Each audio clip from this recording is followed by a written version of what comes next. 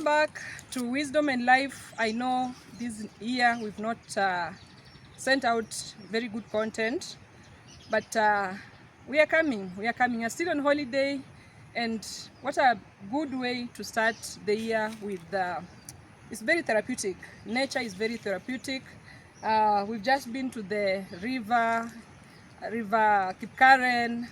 We've just enjoyed nature generally, and that is the way I usually do my reflections. That is the way I usually get my therapy. That is the way I just appreciate God.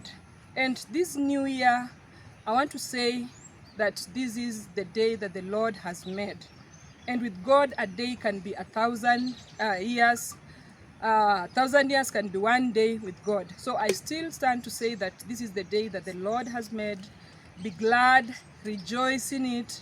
And joy is not what is circumstantial. The things that bring us joy, what the world defines, maybe good houses, maybe good cars, maybe money or whatever it is. But we are grateful that our joy comes from within. The joy is of the Lord, and that is our strength. Happy New Year, blessed 2025. Ladies and gentlemen, it's another year, 2025.